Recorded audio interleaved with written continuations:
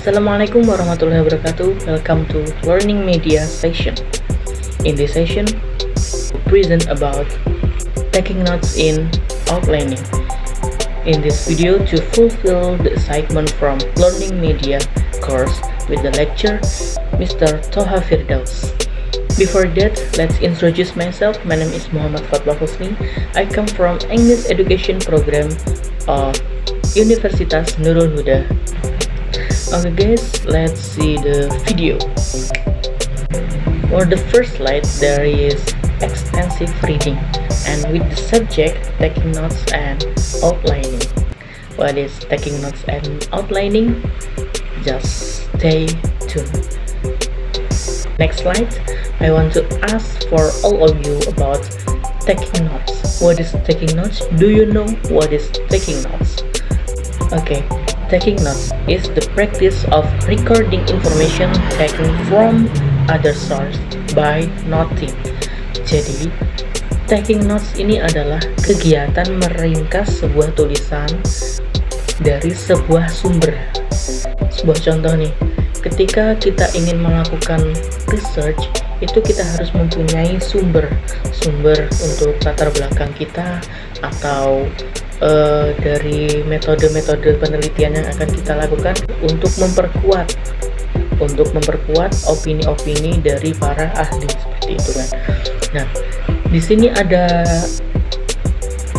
taking notes yang akan memudahkan kita untuk mengingat dari sumber-sumber yang sudah kita tulis, yang sudah kita list untuk dijadikan bahan karya ilmiah kita, seperti itu. Whenever we collect information, we must, jadi sebelum kita melakukan taking notes ini ada beberapa hal yang harus kita ketahui dan ini wajib dilakukan, seperti itu. Jadi the first is short, second congested, third clear, and the last is logical. Di sini yang berarti short singkat, congested padat, clear jelas, dan logical logis. Tanpa empat hal ini itu bukan namanya taking notes. Singkat, padat, jelas, dan logis, seperti itu. Nah, sebelum mengenal lebih dalam taking notes, di next slide, what the best way to taking notes?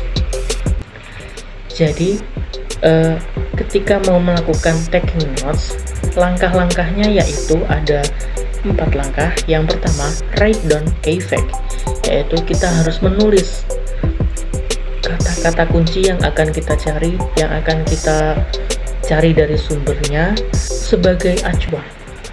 Nah, yang kedua, don't overdo it, jangan melakukan berlebihan, namanya sudah taking notes dan tadi sudah dijelaskan, yaitu singkat, padat, jelas, dan logis, seperti itu. Then the third is compare.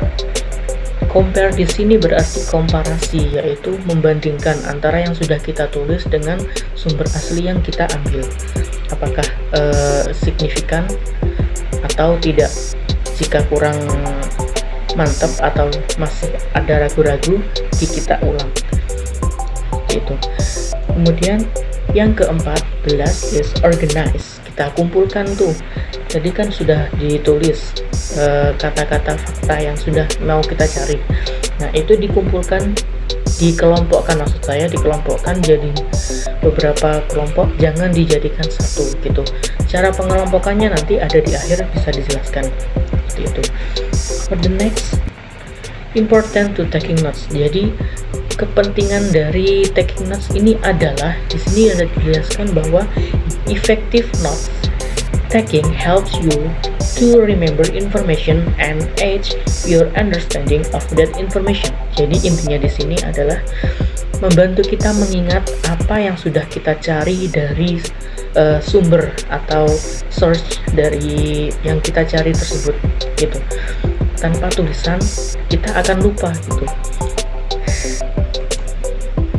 Then note taking is a specialist form of writing.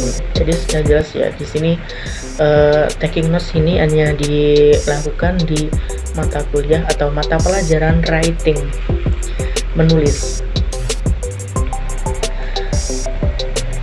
Next, the second subject is outlining. What is outlining?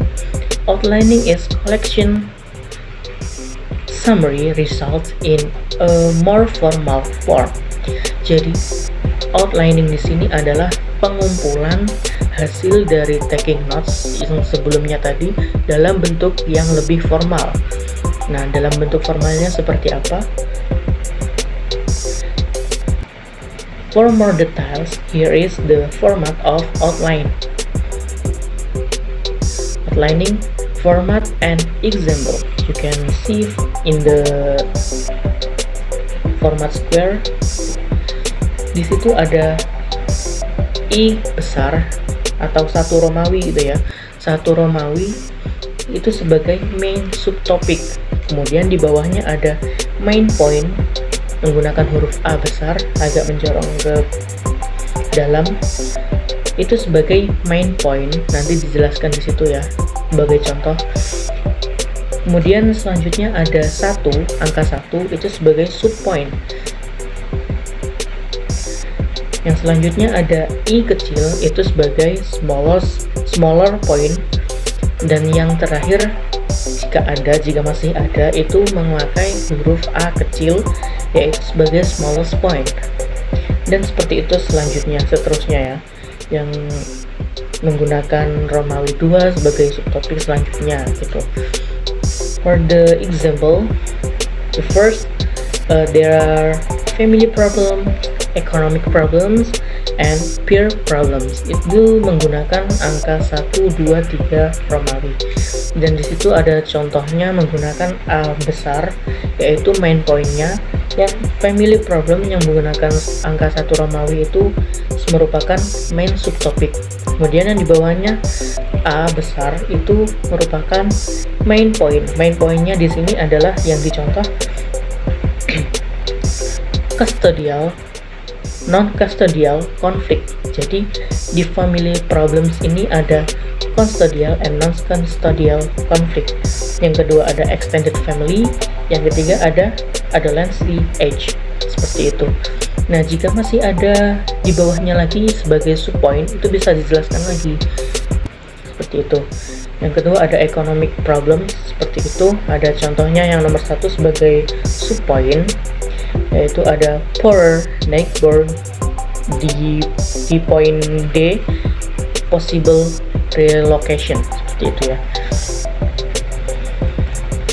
Oke, thank you. Mungkin itu saja yang bisa saya sampaikan. Ya, mohon maaf jika ada salah kata, karena manusia adalah tempatnya salah dan dosa. Terima kasih sudah menonton, and see you on the next video. Wassalamualaikum warahmatullahi wabarakatuh.